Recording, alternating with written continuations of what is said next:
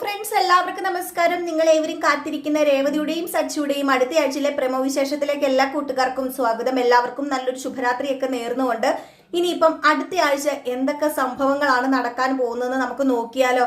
ഇന്നത്തെ വിശേഷവും ജനറൽ പ്രമോയും ഒക്കെ വന്നു കഴിഞ്ഞു. അപ്പൊ നിങ്ങൾക്ക് കാര്യങ്ങളൊക്കെ ഏകദേശം പിടികിട്ടിയിട്ടുണ്ട്.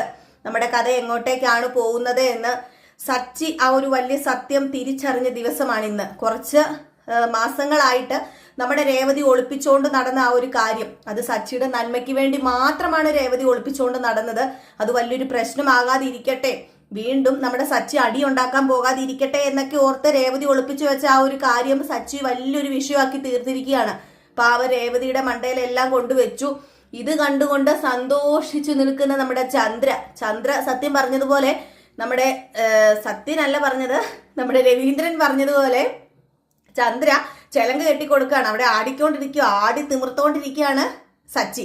അതിന് ചെലങ്ക കെട്ടിക്കൊടുക്കാനായിട്ട് വന്ന് നമ്മുടെ ചന്ദ്രയും. അപ്പൊ ചന്ദ്രനെ മാറ്റി നിർത്തിയിട്ട് സച്ചിയോട് പറഞ്ഞു, സച്ചി നീ ഇത് നിർത്താൻ പറഞ്ഞപ്പം പിന്നെ ഇതങ്ങനെ വിട്ടുകളയാൻ ഞാൻ തയ്യാറല്ല, ഇതങ്ങനെ വിട്ടുകളയേണ്ട പ്രശ്നമല്ല എന്നിങ്ങനെ പറഞ്ഞിട്ട് എന്നും ഞാൻ ക്ഷമിച്ചും സഹിച്ചും ജീവിക്കണം എന്നാണോ അച്ഛൻ ഈ പറയുന്നത്? ഇവൾ ഈ കാണിച്ചു വെച്ചത് എത്രത്തോളം കന്നന്തിരിവാണെന്നറിയാമോ? എന്നോട് ചെയ്യുന്ന ക്രൂരത. ഞാനല്ലേ എല്ലാവരുടെയും മുമ്പിൽ നാണം കെട്ടത്? എന്റെ വണ്ടിയല്ലേ ഇപ്പം ആ വിധത്തിൽ കിടക്കുന്നത്? ഇതിനൊക്കെ ആര് പരിഹാരം പറയും? ഇവള് പറയുവോ അതോ ഇവളുടെ വീട്ടുകാർ പറയുവോ? ഇതങ്ങോട്ട് നമ്മുടെ രേവതിക്ക് പിടിച്ചില്ല കേട്ടോ. രേവതി പറഞ്ഞു, ദേ നിങ്ങൾ എന്ത് വേണമെങ്കിലും പറഞ്ഞോ, എന്റെ വീട്ടുകാരെ പറഞ്ഞു കഴിഞ്ഞാൽ ഞാൻ അത് സഹിക്കില്ല. എടി, നിന്റെ വീട്ടുകാരെ പറയാതെ പിന്നെ ആരെയാ പറയേണ്ടത്? നിന്നെ വളർത്തി വലുതാക്കിയ നിന്റെ അമ്മേനെയും അച്ഛനെയും തന്നെ പറയേണ്ടത്. ദേ, എന്റെ അമ്മേനെയും അച്ഛനെയും പറയരുതെന്നാ ഞാൻ പറഞ്ഞത്. എന്റെ അച്ഛൻ തലയ്ക്ക് മുകളിൽ നിൽക്കുക. ആ നിൽക്കുന്ന മനുഷ്യനെ നിങ്ങൾ എന്തിനാ ഇങ്ങനെയൊക്കെ പറയുന്നത്? പറയുവാണെങ്കിൽ എന്നെ പറഞ്ഞോ, എന്നെ എന്ത് വേണമെങ്കിലും പറഞ്ഞോ. നിന്നെയും ചിലപ്പോൾ നിന്റെ വീട്ടുകാരെയും ഞാൻ പറയും. അതിന് നിനക്കെന്താ, എന്നെ തല്ലാൻ തോന്നുന്നുണ്ടോ? എങ്കിൽ പിന്നെ നീ വന്ന് തല്ലാൻ പറഞ്ഞു. ഏതായാലും അത് വലിയൊരു വിഷയമായി തീരുന്നു. അപ്പോഴാണ് അവിടെ ലക്ഷ്മിയും നമ്മുടെ ദേവും വരുന്നത്. അപ്പൊ അതൊക്കെ ഞാൻ ഇന്ന് പറഞ്ഞായിരുന്നല്ലോ. അപ്പൊ ഇന്നത്തെ ആ ഒരു ഭാഗത്തിൽ അതൊക്കെ ഉൾപ്പെടുത്തിയിരുന്നു. അപ്പൊ അതുകൊണ്ട് ഞാൻ ഒത്തിരി അങ്ങോട്ട് വിവരിച്ച് പറയുന്നില്ല. അങ്ങനെ അവര് വന്നത് ഇവിടെ വലിയ വിഷയം നടക്കുകയാണല്ലോ. അങ്ങനെ കയറി വന്നു, ലക്ഷ്മി കയറി വന്നിട്ട്, എന്താ മക്കളെ ഇത്, എന്താ പറ്റിയത്, എന്താ രവിയേട്ട ഇത് എന്ന് ചോദിക്കുക. കാരണം ഇവരങ്ങോട്ടും ഇങ്ങോട്ടും വലിയ ഫൈറ്റായി. അപ്പൊ അത് കണ്ടുകൊണ്ടാണ് ലക്ഷ്മി വരുന്നത്. അപ്പൊ ലക്ഷ്മിയോട് രവീന്ദ്രൻ പറഞ്ഞു, അത് പിന്നെ ചെറിയൊരു പ്രശ്നമാ ലക്ഷ്മി, ഇത് കാര്യമാക്കണ്ടെന്ന് പറഞ്ഞപ്പോഴത്തേക്കും സച്ചി അങ്ങോട്ട് ചെന്നിട്ട്, അതെ ചെറിയ പ്രശ്നമൊന്നുമല്ല, നിങ്ങളുടെ മോള് ചെയ്തൊരു വലിയ പ്രശ്നം. നിങ്ങളുടെ മോളെ എന്താ കാണിച്ചതെന്നറിയാമോ? അവൾ എന്നെ കഷ്ടത്തിലാക്കി. അവൾ ഒറ്റയൊരുത്തി കാരണമാ ഇതൊക്കെ ഞാനിപ്പോ അനുഭവിക്കേണ്ടി വന്നത്. അതിനൊക്കെ ഇവള് തന്നെ സമാധാനം പറയണം. ഞാനൊരു തീരുമാനം എടുക്കാൻ പോവാ. ഇവളെ വിളിച്ചോണ്ട് മര്യാദയ്ക്ക് വീട്ടിലേക്ക് പോക്കോ, എനിക്കിനി ഇവളെ എന്റെ ഭാര്യയായിട്ട് വേണ്ടാന്ന്. ഇത് കേട്ടതും ലക്ഷ്മി അങ്ങ് പേടിച്ചില്ല. ലക്ഷ്മി പറഞ്ഞു, എന്താ മോനെ നീ വായി തോന്നൊക്കെ വിളിച്ചു പറയുന്നത്? ദേ, ഞാൻ വായി തോന്നുവൊന്നുമല്ല വിളിച്ചു പറയുന്നത്, ഞാൻ ഉള്ള കാര്യം തന്നെയാ പറഞ്ഞത്. ഇവൾ എന്നെന്റെ തലയിൽ വന്ന് കയറിയോ അന്നു മുതൽ തുടങ്ങിയ സ്വൈര്യക്കേടാ. ഇതുവരെ അതിനൊരു ശമനം വന്നിട്ടില്ല. ഇവള് കാരണമല്ലേ ആ ഗജാനന്ദനിട്ട് ഞാൻ അടി കൊടുക്കാൻ പോയത്. അതുകൊണ്ടല്ലേ ഇപ്പൊ ഗജാനന്ദൻ എന്റെ വണ്ടിയിൽ കൊണ്ട് കഞ്ചാവ് കയറ്റി വെച്ചത്. അതിനെല്ലാം ഉത്തരവാദിത്വം ആരാ പറയേണ്ടത്? അപ്പൊ ഇവളല്ലേ പറയേണ്ടത് എന്നിങ്ങനെ പറഞ്ഞപ്പോഴത്തേക്ക് രവീന്ദ്രൻ പറഞ്ഞു, സച്ചി നീ കൂടുതലായിട്ട് കയറി പറയുന്നുണ്ട്, നിർത്തുന്നുണ്ടോ? അച്ഛൻ ഇങ്ങനെയൊക്കെ പറയാം, അച്ഛനൊന്നും അറിയണ്ടല്ലോ. വാടക, അതുപോലെ തന്നെ പലിശ പൈസ, പിന്നെ വണ്ടി വർക്ക്ഷോപ്പിൽ നിറക്കണം, ഇതിനല്ലേ ഞാനാ പൈസ കൊടുക്കേണ്ടത് എന്നൊക്കെ പറഞ്ഞ് ഭയങ്കര ഷൗട്ടിംഗ് ആയി. ലാസ്റ്റ് ഏതായാലും നമ്മുടെ ചന്ദ്ര എന്താ പറയുക, എരുതിയിൽ എണ്ണ ഒഴിക്കുന്ന പോലെ കുറെ ഡയലോഗ്സ് ഒക്കെ നമ്മുടെ ചന്ദ്രയെ പറയുന്നുണ്ട്. അങ്ങനെ ലാസ്റ്റ് സച്ചി ആ വീട്ടിൽ നിന്ന് ഇറങ്ങി പോവുകയാണ്. രേവതി അവിടെ കരഞ്ഞുകൊണ്ട് നിൽക്കുന്നു. ലക്ഷ്മിക്കും ദേവുനും എന്ത് ചെയ്യണമെന്ന് അറിയില്ലാത്തൊരവസ്ഥ. ഇതേ സമയം നമ്മുടെ സച്ചി ഇറങ്ങിപ്പോയി, വീട്ടിന് വെളിയിലേക്ക് ഇറങ്ങിപ്പോയി. അപ്പോഴേക്കും ശ്രീകാന്ത് പറഞ്ഞു, അച്ഛാ പേടിക്കൊന്നും വേണ്ട, ആ ഒരു ദേഷ്യത്തിലല്ലേ ഏട്ടൻ ഇതൊക്കെ പറഞ്ഞത്, അത് സാരമില്ല. ഞങ്ങൾ സൂപ്പർ മാർക്കറ്റിൽ ചെന്നപ്പോൾ ഏട്ടൻ ഈ സത്യങ്ങളൊക്കെ അറിഞ്ഞത്, ഏടത്തെയും പേടിക്കൊന്നും വേണ്ട, ഒരു രോക്ഷം കൊണ്ട് പറയുന്നതാന്ന് പറഞ്ഞു. എന്നിട്ട് നമ്മുടെ ശ്രീകാന്തും അങ്ങ് പോയി. പിന്നെ രേവതിയല്ലേ അവിടെ ഉള്ളത്. അപ്പോഴത്തേക്ക് രവീന്ദ്രനാണെങ്കിൽ ലക്ഷ്മിനെയും ദേവുവിനെ വിളിച്ചോണ്ട്, നിങ്ങൾ വന്ന കാലില് നിൽക്കാതെ വാ, ഇരിക്കുക, സംസാരിക്കാന്നൊക്കെ പറഞ്ഞ് രവീന്ദ്രൻ നമ്മുടെ ദേവുവിനെ ലക്ഷ്മിനെയും കൂട്ടിക്കൊണ്ട് പോയി. പിന്നെ അവിടെ ഉള്ളത് രേവതിയും പിന്നെ ശ്രുതിയും ചന്ദ്രയാണ്. അപ്പോഴത്തേക്കും ശ്രുതി പറഞ്ഞു, എന്താ ഇപ്പൊ ഇങ്ങനെയൊക്കെ പ്രശ്നം ഉണ്ടാകാൻ മാത്രം ഇപ്പൊ എന്താ അമ്മേ, ഇത് എന്താ അമ്മേന്ന് ചോദിച്ചപ്പോ, ഇത് എന്താണെന്ന് മോക്ക് അറിയണമല്ലേ? അല്ല, മോള് പറഞ്ഞില്ലായിരുന്നോ രേവതിനെ തലയിൽ പൊക്കിക്കൊണ്ട് വെച്ച് നടക്കുകയാണ് രേവതിയുടെ ഭർത്താവെന്ന്? അപ്പൊ ഞാൻ പറഞ്ഞില്ലേ, അവൻ ഈ തലയിൽ കയറ്റിക്കൊണ്ട് നടക്കുന്നത് പൊത്തോന്ന് പറഞ്ഞ് നിലത്തിടാനാന്ന്. ഇപ്പൊ മനസ്സിലായില്ലേ? വിവരവും വിദ്യാഭ്യാസവും ഇല്ലാത്തതിന്റെ കുറവാന്നേ. അവനല്ലെങ്കിലും അങ്ങനെയാ. അവന് എപ്പോഴാ പൊക്കുക എപ്പോഴാ ഇടുക എന്നൊന്നും പറയാൻ പറ്റില്ല. ഏതായാലും മോൾ ഇതൊന്നും കാണണ്ട, മോളെയും കൂട്ടിക്കൊണ്ട് അകത്ത് പോകാൻ പറഞ്ഞു. ഏതായാലും ഇത് കേട്ടപ്പോഴത്തേക്കും നമ്മുടെ ശ്രുതിനെ കൂട്ടിക്കൊണ്ട് അകത്ത് പോയിട്ടോ. പിന്നെ നമ്മുടെ രേവതി നേരെ അടുക്കളയിലേക്കും പോയി. രേവതി നിന്ന് കരയുകയാണ്. അപ്പൊ ദേവു അവിടെ നിപ്പുണ്ടായിരുന്നു. ദേവു ചെന്ന് രേവതിയുടെ അടുത്ത് ചെല്ലുന്നു. രേവതി പൊട്ടിക്കരയാണ്. നമ്മുടെ ദേവുവിന്റെ തോളത്തിങ്ങനെ കെട്ടിപ്പിടിച്ചുകൊണ്ട് ആകപ്പാടെ എല്ലാവരുടെയും മുമ്പിൽ നാണം കെട്ടൊരവസ്ഥയാണ് രേവതിക്ക്. അപ്പൊ ഇതേ സമയം നമ്മുടെ രവീന്ദ്രൻ കുറെ സംസാരിക്കുന്നുണ്ട്. ലക്ഷ്മിയായിട്ട് പേടിക്കൊന്നും വേണ്ട, അവൻ ഇങ്ങനെയൊക്കെ എടുത്തു ചാടി പറയുന്നുണ്ടെങ്കിലും സ്നേഹമില്ലായ്മയൊന്നും ഇല്ലെന്ന് പറഞ്ഞപ്പോ അതെനിക്കറിയാം രവിയേട്ട, ഞാൻ അന്ന് അമ്പലത്തിൽ കണ്ടെന്നൊക്കെ പറഞ്ഞു കേട്ടോ.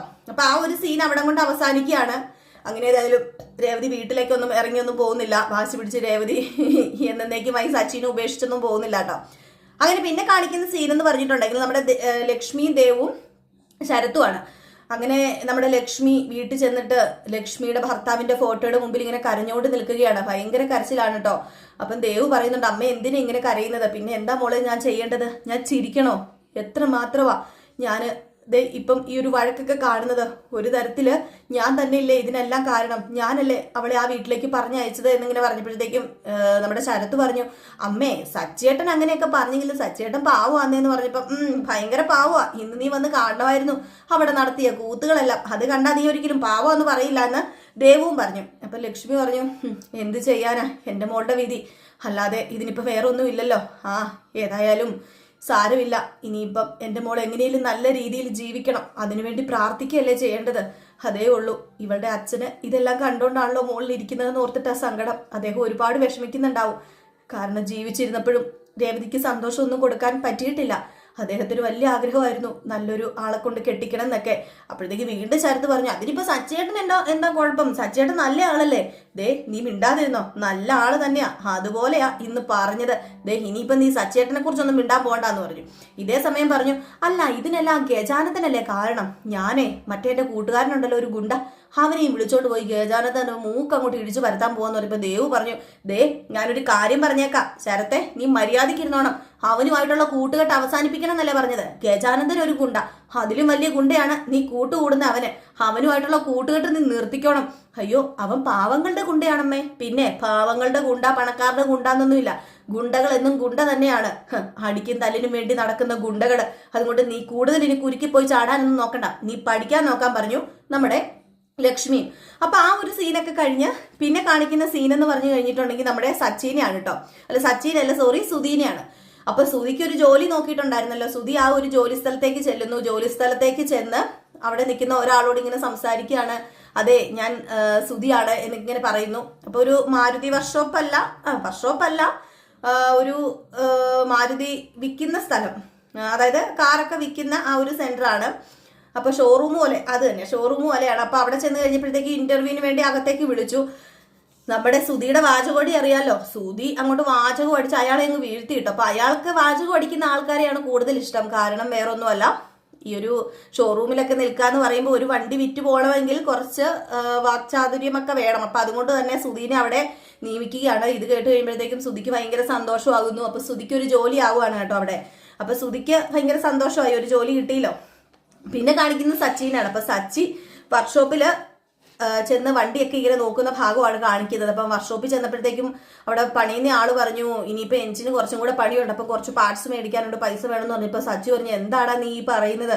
നിങ്ങൾ ചോദിക്കുമ്പോ ആ പാർട്സിനും ഈ പാർട്സിനും ഒക്കെ പൈസ എടുത്തു തന്നെ ഇപ്പൊ എന്റെ ഈ പൈസ ഇല്ലാത്ത അവസ്ഥയാ, ഇത് എങ്ങനെയെങ്കിലും ഒന്ന് ഇറക്കി തരാൻ പറഞ്ഞപ്പോ എന്ത് ചെയ്യാനാ എന്റെ പൊന്ന് സച്ചി, അതുപോലെയല്ലേ വണ്ടി കാണിച്ചു വെച്ചിരിക്കുന്നത്, വണ്ടി അതുപോലെ ചെയ്ത് വെച്ചിരിക്കുകയാണ്, വണ്ടി മുഴുവൻ കംപ്ലൈന്റാ, അതുകൊണ്ടാ, അല്ലാതെ നിന്റെ കയ്യിൽ നിന്ന് പൈസ മേടിക്കാനുള്ള കൊതിയോ അല്ലാതെ പിന്നെ ഞങ്ങൾ അത്യാർത്ഥി കാണിക്കുന്നൊന്നുമല്ല, കറക്റ്റ് സാധനങ്ങൾക്കുള്ള പൈസയാണ് നിന്റെ കയ്യിൽ നിന്ന് ഞങ്ങൾ മേടിക്കാറുള്ളൂ, കാരണം എന്നും നിന്നെ കാണാനുള്ളതല്ലേ, അല്ലാതെ കള്ളം പറഞ്ഞ് പൈസ മേടിക്കേണ്ട കാര്യമില്ലെന്ന് പറഞ്ഞു. അങ്ങനെ സച്ചി പൈസ കൊടുക്കുകയാണ് കേട്ടോ. അപ്പം ഈ ഒരു സമയത്താണ് നമ്മുടെ ദേവുവിനെ ശരത്തിനെ അതുപോലെ തന്നെ ലക്ഷ്മിനെ വീണ്ടും കാണിക്കുന്നത്. അപ്പൊ അവരിങ്ങനെ പൂവൊക്കെ കെട്ടിക്കൊണ്ടിരിക്കുകയാണ്. അങ്ങനെ ശരത്ത് കോളേജിലൊക്കെ പോകാൻ തുടങ്ങുന്നു. അപ്പോൾ ആ ഒരു സമയത്ത് രേവതി അങ്ങോട്ടേക്ക് വരിക. അപ്പൊ രേവതി വന്നതും രേവതിയുടെ കാര്യം ഇവർ പറഞ്ഞുകൊണ്ടിരുന്നപ്പോഴാട്ടോ രേവതി വന്നത്. അപ്പൊ രേവതി വന്നതും ഈ മോളെ കുറിച്ച് ഇപ്പൊ പറഞ്ഞുകൊണ്ടിരിക്കുകയായിരുന്നു മോളെ എന്നൊക്കെയാണ് നമ്മുടെ ലക്ഷ്മി പറയുന്നത്. അപ്പം രേവതി പറഞ്ഞു, അതെന്താ എന്നെ കുറിച്ച് സംസാരിക്കുന്നത്? അല്ല, മോളുടെ അവിടുത്തെ ജീവിതത്തെ കുറിച്ച് സംസാരിക്കുകയായിരുന്നു. ഹേയ്, എന്റെ ജീവിതം കണ്ടിട്ട് എന്തിനാ അമ്മേ നിങ്ങള് പേടിക്കുന്നത്? എനിക്ക് ഒരു കാര്യമേ പറയാനുള്ളൂ, ദേവു ശരത്തെ, നിങ്ങൾ പഠിച്ച് നല്ലൊരു ജോലി മേടിക്കണം. ജോലി മേടിച്ചില്ലെങ്കിൽ ചെന്ന് കയറുന്ന ഇടത്ത് ഒരു വിലയില്ലാതായി പോവും. ആ അവസ്ഥയാണല്ലോ ഇപ്പൊ ചേച്ചിക്കെന്ന് പറഞ്ഞപ്പം, അല്ല ചേച്ചി അവിടെ ഒരുപാട് ദുഃഖം അനുഭവിക്കുന്നുണ്ടല്ലേ? ദുഃഖമൊക്കെ ഞാൻ അനുഭവിക്കാം, അതിനെനിക്ക് പ്രശ്നമൊന്നുമില്ല. പിന്നെ അയാളുടെ സ്വഭാവം അറിയാലോ, അദ്ദേഹത്തിന് പലപ്പോഴും പല സ്വഭാവമാണ്. എനിക്ക് തന്നെ മനസ്സിലായിട്ടില്ല അമ്മയെന്ന് പറഞ്ഞൊന്ന് ചിരിച്ചു കഴിഞ്ഞപ്പോഴത്തേക്കും ലക്ഷ്മി പറഞ്ഞു, എന്തു പറ്റി മോളെ നീ ചിരിക്കുന്നത്? നീ സങ്കടപ്പെട്ടിരിക്കേണ്ട സമയത്ത് നീ ഞങ്ങളെ സന്തോഷിപ്പിക്കാനാണോ ചിരിക്കുന്നത്? ഹേയ്, ആരെയും സന്തോഷിപ്പിക്കാനല്ലമ്മേ, ഞാൻ അവിടെ കഴിയുന്നത് എങ്ങനെയാണെന്ന് എനിക്കറിയാം. പിന്നെ ഇതൊക്കെ ഇപ്പം എനിക്കൊരു ശീലമായിപ്പോയി. ചിരിക്കുമ്പോൾ ചിരിക്കണം, കരയുമ്പോൾ കരയണം, അല്ലാതെ ചിരി വരാത്തപ്പോൾ ചിരി പിടിച്ചു വെക്കാൻ പറ്റത്തില്ലല്ലോ എന്നൊക്കെ പറയാണ് കേട്ടോ. അങ്ങനെ നമ്മുടെ രേവതി ആ ഒരു പൂവൊക്കെ മേടിച്ച് രേവതി കെട്ടാൻ ഇങ്ങനെ കൂടുന്നു. ലക്ഷ്മീനെ സമാധാനിപ്പിക്കുന്നു. അമ്മ വിഷമിക്കൊന്നും വേണ്ട എന്നൊക്കെ ഇങ്ങനെ പറയുന്നു. അദ്ദേഹത്തിന്റെ സ്വഭാവം അങ്ങനെയല്ലേ, സാരമില്ല, ഞാനങ്ങ് സഹിച്ചോളാം എന്നൊക്കെ ഇങ്ങനെ പറഞ്ഞ് ലക്ഷ്മീനെ അമ്മേനെ വേദനിപ്പിക്കണ്ടല്ലോ എന്നൊക്കെ ഓർത്ത് ഇങ്ങനെ സമാധാനിപ്പിക്കുന്ന രംഗമാണ് കാണിക്കുന്നത്. പിന്നെ നമ്മുടെ സച്ചി നേരെ പലിശക്കാരൻ്റെ അടുത്തേക്ക് ചെല്ലാണ് കേട്ടോ. അപ്പം കുറച്ച് പൈസ കൊടുക്കാനുണ്ടല്ലോ, പലിശ പൈസ. അപ്പൊ അതുമായിട്ടാണ് ചെല്ലുന്നത്. അവിടെ ചെന്ന് കഴിഞ്ഞപ്പോഴത്തേക്കും പുള്ളിക്കാരൻ സത്യം പറഞ്ഞു കഴിഞ്ഞിട്ടുണ്ടെങ്കിൽ പൈസ ഇല്ലെന്ന് പറയുമ്പോൾ ദേഷ്യപ്പെടുകയാണ്. നീ എന്താടാ പറയുന്നത്? അങ്ങനെ പൈസ ഇല്ലെന്ന് പറഞ്ഞാൽ ശരിയാവോ? വാടക പൈസ എടുക്കാൻ പറഞ്ഞു. വണ്ടി അവിടെയാണല്ലോ ഓടിക്കുന്നത്, അവിടുത്തെ വണ്ടിയാണല്ലോ. അപ്പൊ സച്ചി പറഞ്ഞു, വാടക പൈസക്ക് ഞാൻ എവിടെ പോകാനാ? ഓടുന്ന പൈസ സാറിന് കൊണ്ട് തരുന്നുണ്ട്. ഇപ്പൊ ഏതായാലും എൻ്റെ കയ്യിൽ ഇത്രയും പൈസ ഉള്ളൂ, ഏതായാലും ഈ പൈസ പിടിക്കുക, കുറച്ച് പലിശയും പൈസ ഉള്ളൂ എന്ന് പറഞ്ഞപ്പോഴത്തേക്കും അതൊന്നും പറഞ്ഞാൽ പറ്റത്തൊന്നുമില്ല, നീ ഒരു കാര്യം ചെയ്യ്, നിന്റെ കയ്യിൽ പൈസ ഇല്ലെങ്കിൽ നിന്റെ ഭാര്യ അല്ലായിരുന്നു അന്ന് അമ്പലത്തിൽ വന്നത്, അവളുടെ കയ്യിലും കഴുത്തിലും ഒക്കെ കിടപ്പുണ്ടല്ലോ, അത് ഊരിക്കൊണ്ട് വരാൻ പറഞ്ഞു. ഇത് കേട്ടപ്പോഴത്തേക്കും നമ്മുടെ സച്ചിക്ക് ദേഷ്യം വന്നു കേട്ടോ. എന്നിട്ട് കടിച്ചു പീഡിച്ച് നമ്മുടെ സച്ചി നിന്നു. എന്നിട്ട് സച്ചി പറഞ്ഞു, എന്നാ പിന്നെ വാടക പൈസ കുറച്ച് പൈസ കുറയ്ക്കാൻ പറഞ്ഞപ്പോഴത്തേക്കും അയാള് ബൗ ബൗ ബൗ ബൗ എന്ന് കുറച്ച് കാണിച്ചിട്ട്, മതിയോ ഈ പട്ടികളൊക്കെ കുറയ്ക്കുന്ന പോലെ കുറച്ചാൽ മതി എന്ന് ചോദിച്ചപ്പം, സാർ എന്താ സാർ ഈ പറയുന്നത്? എന്നെ കളിയാക്കുവാണോ? പിന്നെ നിന്നെ എന്താടാ ചെയ്യേണ്ടത്? ഞാൻ വണ്ടി ഓടിക്കാൻ തന്നു, ഒരു പൈസ എന്റെ കയ്യിൽ ഏൽപ്പിക്കണം പറഞ്ഞു. ആ തുകയെ നീ കുറയ്ക്കാൻ പറഞ്ഞാലേ എനിക്ക് പറ്റത്തൊന്നുമില്ല. അതുകൊണ്ട് ഞാനൊരു കാര്യം പറയാ, പൈസ എന്ന് പറഞ്ഞാൽ പൈസ, അതിനപ്പുറത്തും ഇപ്പുറത്തേക്കും എനിക്കില്ല. അതുകൊണ്ടാണ് ഞാനിപ്പോ ഈ നിലയിലെത്തിയിരിക്കുന്നത്. അതുകൊണ്ട് അങ്ങോട്ട് കുറയ്ക്കുകയില്ല, ഇങ്ങോട്ട് കുറയ്ക്കുകയില്ല, കറക്റ്റ് പൈസ കൊണ്ട് തരണം എന്ന് പറഞ്ഞു. എന്നിട്ട് പറഞ്ഞു, അതെ നേരത്തെ ഇവിടെ ഒരു ആള് വന്നിട്ടുണ്ടായിരുന്നു, അവരുടെ കയ്യിലും പൈസ ഇല്ലെന്ന് പറഞ്ഞു. ഒരു തള്ളയാ വന്നത്. ആ തള്ള ആരും അറിയാതെ വീട്ടിലെ പ്രമാണം കൊണ്ട് ഇവിടെ വന്ന് പൈസയും മേടിച്ചോണ്ട് പോയിട്ട് ഇപ്പൊ പലിശയില്ല പോലും. ആ തള്ളക്കിട്ട് ഞാൻ കൊടുത്തിട്ടുണ്ട്, 2 പണി കൊടുത്തിട്ടുണ്ടെന്ന് പറഞ്ഞു. ഇത് കേട്ടപ്പോഴത്തേക്കും ഓഹോ, എങ്കിൽ പിന്നെ കൊള്ളാലോ, ആ തള്ള വീട്ടിൽ ഒരുപാട് അനുഭവിക്കുന്നുണ്ടായിരിക്കുമല്ലോ. അല്ല ഇനിയിപ്പം വീട്ടിലെ പ്രശ്നങ്ങളൊക്കെ വീട്ടിലെ ആ പ്രമാണത്തിന്റെ കാര്യങ്ങളൊക്കെ അറിഞ്ഞു കഴിഞ്ഞാൽ ആകെ കുഴപ്പത്തിലാവൂല്ലോ സാറേ. കുഴപ്പത്തിലാകും. അവള് മാത്രമല്ല ഞാനും കുരുങ്ങും. അതുകൊണ്ട് 3 ദിവസത്തിനുള്ളിൽ ഇവിടെ മുതൽ കൊണ്ടുതരാൻ പറഞ്ഞിട്ടുണ്ട്, ഇല്ലെങ്കിൽ ഞാൻ അവളുടെ വീട്ടിൽ ചെല്ലുന്നൊക്കെ പറഞ്ഞു. ഏതായാലും ഇതൊക്കെ കേട്ട് കഴിയുമ്പോഴത്തേക്ക് സച്ചി പറഞ്ഞു, എങ്കിൽ പിന്നെ ഒരു 3 ദിവസം എനിക്ക് അവധി താ സാറേ, അതിനുള്ളിൽ ഞാൻ എങ്ങനെയാണെന്ന് വെച്ചാൽ പൈസ ഒപ്പിച്ചുകൊണ്ട് തന്നാ പോരേന്ന് പറഞ്ഞ് അവിടെ നിന്ന് അങ്ങ് പോവുകയാണ്. സച്ചിക്ക് ഒരു സമാധാനവും ഇല്ല കേട്ടോ.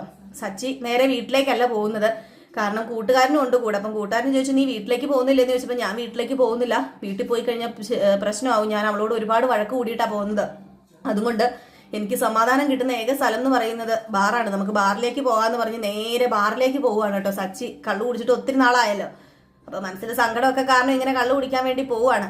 അങ്ങനെ സച്ചി നേരെ കള്ളു കുടിക്കാൻ വേണ്ടി ബാറിൽ ചെന്നു. ഈ സമയം കാണിക്കുന്ന നമ്മുടെ സുധീനെയാണ്. സുധി ജോലിയൊക്കെ കിട്ടിയിട്ട് തിരിച്ചു വന്നു. അപ്പം ജോലിക്കാരിയൊക്കെ ഇങ്ങനെ പറഞ്ഞു ശ്രുതിയോടും ചന്ദ്രയോടും. വലിയ സന്തോഷമായിട്ടോ ശ്രുതിക്കും ചന്ദ്രയ്ക്കും. ഇനിയിപ്പം തല ഉയർത്തി പിടിച്ച് നടക്കാലോ, ഇത്ര നാൾ ഒളിച്ചു വെച്ചോണ്ടല്ലേ നടന്നത്, നിനക്ക് ജോലി ഇല്ലെന്ന് അറിയില്ലായിരുന്നല്ലോ, ഇനിയിപ്പം എൻ്റെ മോന് ജോലിയായല്ലോ, രക്ഷപ്പെട്ടു ഈ അമ്മയ്ക്കെന്നൊക്കെ പറഞ്ഞപ്പോഴത്തേക്കും നമ്മുടെ സുധി പറയാണ്, ജോലിയൊക്കെ ആയി, പക്ഷെ എനിക്ക് വലിയ കാര്യമായിട്ട് ഇഷ്ടപ്പെട്ടൊന്നുമില്ല, അവിടെ ഇരിക്കുന്നതേ ഒരു വിവരമില്ലാത്ത മന്ദബുദ്ധിയാ, അതാണ് അതിന്റെ ഓണർ, അത് MD ആന്ന് പറഞ്ഞുകൊണ്ട് അങ്ങേരാ അതിൽ ഞെളിഞ്ഞിരിക്കുന്നത്. ഈ വിദ്യാഭ്യാസം ഇല്ലാത്തവരൊക്കെ എങ്ങനെ MD ആകാനാ? അങ്ങേരെ ആരെയോ പറ്റിച്ചിട്ട് കുറെ പണം ഉണ്ടാക്കിയതാ. പിന്നെ സാരമില്ല എന്നൊക്കെ പറഞ്ഞപ്പോഴത്തേക്ക് ശ്രുതിക്ക് ഈ സുധിയുടെ സംസാരം പിടിക്കുന്നില്ല കേട്ടോ. കാരണം എല്ലാവരെയും പുച്ഛിച്ച് കുറച്ചാണ് കാണുന്നത്. എങ്കിൽ പിന്നെ വിദ്യാഭ്യാസം ഇല്ലെങ്കിലും കഷ്ടപ്പെട്ട് വരുമാനം ഉണ്ടാക്കാൻ പറ്റുന്ന ഒരു മനുഷ്യനാണ് ആ മനുഷ്യനും, അതായത് ഈ മാരുതി ഷോറൂമിലെ ആള്. അപ്പം ഒരു നല്ല കാര്യമാണല്ലോ. അപ്പം ഇതൊക്കെ പുച്ഛിച്ചാണ് കാണുന്നത്. അപ്പൊ ഇത് കേൾക്കുമ്പോഴത്തേക്കും ശ്രുതിക്ക് വല്ലാണ്ട് അങ്ങ് ആകുകയാണ്. പക്ഷെ ശ്രുതി ഒന്നും പറയുന്നൊന്നും ഇല്ല കേട്ടോ. ശ്രുതി എല്ലാം സഹിച്ചും ക്ഷമിച്ചും ഇങ്ങനെ ഇരിക്കുകയാണ്. അപ്പോഴത്തേക്കുമാണ് നമ്മുടെ ചന്ദ്ര പറയുന്നത്, എന്റെ മോൻ ക്ഷീണിച്ചു വന്നതല്ലേ, എടി രേവതി ഒരു ജ്യൂസ് എടുത്തുകൊണ്ട് വരാൻ പറഞ്ഞു. രേവതി പറഞ്ഞു, എനിക്ക് പറ്റില്ല. ആർക്കാ ജ്യൂസ്? ശ്രുതിക്കാണ് ഞാൻ കൊടുക്കാമെന്ന് പറഞ്ഞു. അപ്പം പറഞ്ഞു, ശ്രുതിക്ക് ജ്യൂസ് എടുക്കാൻ പറഞ്ഞു. അപ്പൊ രേവതി പറഞ്ഞു, എനിക്ക് പറ്റില്ലെന്ന് പറഞ്ഞു. ഏതായാലും രേവതി പറ്റില്ലെന്ന് പറഞ്ഞപ്പം, നിനക്ക് പറ്റില്ലല്ലേ, നിന്റെ കെട്ടിയോ നിന്നെ തറയിട്ടത് കണ്ടില്ലടി നീ, ഇപ്പോഴും നിന്റെ അഹങ്കാരം തീർന്നില്ല, നിന്റെ കെട്ടിയോ നിന്നെ പൊക്കി വെച്ചോണ്ട് നടക്കുമായിരുന്നെങ്കിൽ എന്തായനെ സ്ഥിതി, കണ്ടില്ലേ അവള് ഗതിയില്ലാതെ വന്നതാണെങ്കിലും നാക്കങ്ങ് കിടക്കുക അവക്ക്. എന്റെ മോനും മരുമക്കം കൊടുക്കാൻ എനിക്കറിയാടി എന്ന് പറഞ്ഞുകൊണ്ട് നമ്മുടെ രേവതി തന്നെയാണ് പോയി, രേവതിയല്ല ചന്ദ്ര തന്നെയാണ് പോയി ജ്യൂസൊക്കെ ശ്രുതിക്ക് കൊണ്ട് കൊടുക്കുന്നത്. പിന്നെ കാണിക്കുന്നതെന്ന് പറഞ്ഞാൽ നമ്മുടെ സച്ചി എവിടെയാ ഉള്ളത്? അങ്ങ് ബാറിലല്ലേ. അപ്പം ബാറിൽ ഇങ്ങനെ കുടിച്ചോണ്ടിരുന്നപ്പോഴത്തേക്കും ഈ ഗജാനന്ദന്റെ 2-3 പേര് ഗുണ്ടകൾ 2-3 പേര് വന്ന് സച്ചിനെ അങ്ങ് കളിയാക്കാൻ തുടങ്ങി. അവൻ കണ്ടില്ലേ ഒരു ഗതിയും പരഗതി ഇല്ലാതെ തെണ്ടി നടക്കുന്നത് കണ്ടില്ലേ, എന്റെ ബോസിനോട് കളിച്ചാൽ ഇങ്ങനെ ഇരിക്കുന്നൊക്കെ പറഞ്ഞു. ഏതായാലും അവിടെ വലിയൊരു ഫൈറ്റ് ഉണ്ടാക്കിയിട്ടാണ് സച്ചി നേരെ വീട്ടിലേക്ക് വരുന്നത്. വീട്ടിലേക്ക് വരുന്ന സ്ഥിതി എന്ന് പറഞ്ഞാൽ വളരെ മോശം. 4 കാലിലല്ല, 12 കാലിലല്ല, 16 കാലിലല്ല, അത്രമേലെ കള്ളു കുടിച്ച് മദ്യപിച്ച് ലെക്ക് കെട്ടു വരുന്നു. അപ്പോഴത്തേക്കാണെങ്കിൽ ഈ സമയത്ത് നമ്മുടെ ശ്രുതിനെയും കാണിക്കുന്നുണ്ട്. ശ്രുതി ജോലി കഴിഞ്ഞൊക്കെ വരുന്നു. ശ്രുതി ജോലി കഴിഞ്ഞ് വന്ന ഈ ഒരു സമയത്താണ് സത്യം പറഞ്ഞു കഴിഞ്ഞാല് ഇങ്ങനെ ഒരു കാര്യം അവിടെ നടക്കുന്നത്. നമ്മുടെ സച്ചി ലെക്കും ലെവലും ഇല്ലാതെ വരുന്നത് കേട്ടോ. ഏതായാലും സച്ചി വന്ന ഉടനെ തന്നെ അവിടെ കയറി വന്ന് അതും ഇതും ഒക്കെ പറയുകയാണ്. അപ്പൊ ശ്രുതി ആദ്യമായിട്ടാണല്ലോ സച്ചി മദ്യപിച്ച് കാണുന്നത്. അപ്പൊ ശ്രുതിക്ക് ഇത് ഇഷ്ടപ്പെടുന്നില്ല. ശ്രുതി പറയുന്നുണ്ട്, നീ എന്താടാ ഇവിടെ, ഇപ്പൊ നിന്റെ ഭാര്യ മാത്രമല്ല എന്റെ ഭാര്യയും കൂടെ ഉണ്ടെന്ന് അറിയത്തില്ല എന്ന് പറഞ്ഞപ്പം നമ്മുടെ സച്ചി അങ്ങോട്ട് മെക്കിട്ട് കയറി. ശ്രുതിയുടെ മെക്കിട്ട് കയറിട്ട്, നീ ആരാടാ, നീ ഒറ്റ ഒരുത്തൻ കാരണമാടാ ഞാൻ ഇങ്ങനെ ആയത്, നീ കാരണമല്ലേ എനിക്കിപ്പോ ഇതൊക്കെ സംഭവിച്ചത്, നീ കാരണമല്ലേ ഞാൻ രേവതിനെ കെട്ടിയത് എന്നൊക്കെ ഇങ്ങനെ പറയാൻ വരികയാണ്. അപ്പൊ പറയാൻ വന്നു കഴിഞ്ഞപ്പോഴത്തേക്കും നമ്മുടെ ചന്ദ്ര കയറി വിലങ്ങിനങ്ങ് നിന്നിട്ട്, നീ എന്താടാ പറയുന്നത്, മര്യാദയ്ക്ക് മിണ്ടാതിരുന്നോണം, ദേ കള്ളു കുടിച്ചാൽ വയറ്റി കിടന്നോണം, മിണ്ടി പോകരുത്, മോനെ ശ്രുതിനെ കൂട്ടിക്കൊണ്ട് അകത്തേക്ക് പോ എന്ന് ശ്രുതിയോട് പറഞ്ഞു. ശ്രുതി പെട്ടെന്ന് ശ്രുതിനെ കൂട്ടിക്കൊണ്ട് പോയി. ഇല്ലെങ്കിൽ കള്ളത്തരം എല്ലാം വെളിയിലാകും. ഇങ്ങനെ ഒരു കല്യാണം നിശ്ചയിച്ചിരുന്നു, അവിടെ നിന്ന് നമ്മുടെ ശ്രുതി ഓടിപ്പോയതാണ് വേറൊരു പെണ്ണിന്റെ കൂടെ എന്നൊക്കെ അറിയുമല്ലേ. അപ്പൊ അത് മറച്ചു വെച്ചിട്ടാണല്ലോ കല്യാണം കഴിച്ചിരിക്കുന്നത്. അങ്ങനെ അവിടെ നിന്ന് ഒരു തരത്തിലാണ് ശ്രുതിനെയും അകത്തേക്ക് കയറ്റി വിടുന്നത്. എങ്കിലും നമ്മുടെ രേവതി ആകെപ്പാടെ കഷ്ടത്തിൽ തന്നെയാണ്. എല്ലാവരുടെയും മുമ്പിൽ നാണം കെട്ട് നിൽക്കേണ്ട ഒരു അവസ്ഥ. അങ്ങനെ ആ ഒരു സമയത്ത് പറഞ്ഞിട്ട് ഒരു കാര്യമില്ലെന്ന് മനസ്സിലായി.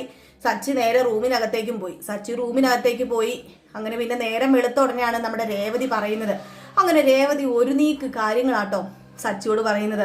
നിങ്ങൾ കാരണം എനിക്കാണ് നാണക്കേട്, നിങ്ങൾ ഈ ചെയ്യുന്ന പ്രവൃത്തിക്കൊക്കെ ഞാനല്ലേ കേൾക്കുന്ന ആൾക്കാരുടെ കയ്യിൽ നിന്ന്. നിങ്ങൾക്ക് 2 തല്ല് വേണേ തല്ലിക്കോ, നിങ്ങൾ എന്ത് വേണമെങ്കിലും ചെയ്തോ, അത് റൂമിനകത്ത് വെച്ച് പുറത്ത് വെച്ച് ഇങ്ങനെ കാണിച്ചിട്ടുണ്ടെങ്കിൽ എന്താകും സ്ഥിതി എന്ന് നിങ്ങൾ ചിന്തിച്ചിട്ടുണ്ടോ എന്ന് ചോദിച്ചാൽ ഒത്തിരി പറയുന്നുണ്ട്. ഏതായാലും എവിടെയൊക്കെയോ ചെറിയ ബോധോദയം നമ്മുടെ സച്ചിക്ക് ഉണ്ടാവുന്നുണ്ട് ഇത്രയോ രേവതി പറയുമ്പോഴേ. അപ്പൊ ആ ഒരു സീനൊക്കെ കഴിഞ്ഞിട്ട് നമ്മുടെ രേവതിയല്ല സച്ചി പുറത്ത് ഓട്ടത്തിന് വേണ്ടി പോവുകയാണ്. പിന്നെ നമ്മുടെ ശ്രുതിയുടെയും കുറച്ച് റൊമാൻസ് സീനൊക്കെയാണ് കാണിക്കുന്നത്. മാരുതി ഷോറൂമിലായതുകൊണ്ട് തന്നെ ഒരു പുതിയ വണ്ടി കൊണ്ടുവന്ന് ശ്രുതിനെയും കയറ്റി അതിലെ കറക്കുന്ന രംഗങ്ങളൊക്കെ കാണിക്കുന്നുണ്ട്. ഏതായാലും കറക്കി ലാസ്റ്റ് ആ ജോലിയും പോകും കേട്ടോ. അപ്പൊ ഇതൊക്കെ കോർത്തിണക്കിക്കൊണ്ട് ഒരു അടിപൊളി വിശേഷമാണ് വന്നിരിക്കുന്നത്. എന്തെങ്കിലും ഭാഗങ്ങൾ വിട്ടുപോയിട്ടുണ്ടെങ്കിൽ നമുക്ക് നാളെ ഞാൻ നോക്കട്ടെ, നമുക്ക് ടൈം കിട്ടുമെങ്കിൽ വേറൊരു പ്രമേയമായിട്ട് വരാം. കാരണം പ്രമോ വിശേഷം ആയതുകൊണ്ട്, ഒരാഴ്ചത്തെ പ്രമോ ഉള്ളത് കൊണ്ട് ഒത്തിരി അങ്ങോട്ട് പറയുമ്പോൾ അങ്ങ് ലെങ്തി ആയി പോകും കേട്ടോ. അതുകൊണ്ടാണ് ഇപ്പൊ തന്നെ കുറച്ച് ലെങ്തി പ്രമേയമായി പോയത്. അപ്പൊ എല്ലാവരും കാത്തിരിക്കുക, ഫുൾ വിശേഷമായിട്ട് വരാം. അതുവരെ എൻ്റെ എല്ലാ കൂട്ടുകാർക്കും ഇത് കഴിയുമ്പോൾ നമ്മുടെ ഗൗതമിന്റെ നന്ദയുടെയും വിശേഷമുണ്ട്, അത് കാണാനും മറക്കരുത്. നെക്സ്റ്റ് വീക്ക് പ്രമോ തന്നെയാണ്. അപ്പൊ എല്ലാവർക്കും വീണ്ടും നല്ലൊരു ദിവസം ആശംസിച്ചുകൊണ്ട്, നല്ലൊരു ശുഭരാത്രി ആശംസിച്ചുകൊണ്ട് നിർത്തുന്നു. തലയിലെ കിളിയൊക്കെ പോയെന്നാ തോന്നുന്നു. ഇത്രയും പറഞ്ഞു കഴിഞ്ഞപ്പോഴത്തേക്ക് വെളിവും വെള്ളിയാഴ്ചയൊക്കെ പോയെന്ന് തോന്നുന്നു. അപ്പം നല്ലൊരു ശുഭരാത്രിയൊക്കെ നേർന്നുകൊണ്ട് നിർത്തുന്നു. Tata, bye bye.